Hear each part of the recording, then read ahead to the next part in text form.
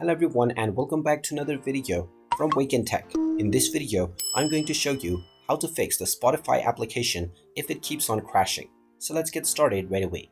If you're trying to use the Spotify application, but while you're using it, it just ends up crashing, then there are a few things that you will need to check in order to avoid this issue. The first thing to do is to make sure that you are using the latest updates.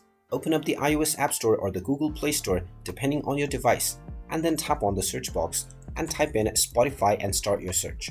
Once you find the Spotify application, tap on it, and if you see an update button instead of open, you will need to tap on it in order to install the latest updates. Just tap on update and wait for a while until the installation is completed and you'll see the open button once again. You can then tap on it and see if your issue is fixed. If it still doesn't work, then long press on the Spotify application and tap on the info button. Now, from the application info page, tap on force stop at the bottom right corner and tap on OK to stop the app. You can then scroll down and tap on storage, and now from the storage menu, you will see the clear cache as well as clear data button. Tap on clear cache first and see if this fixes your issue.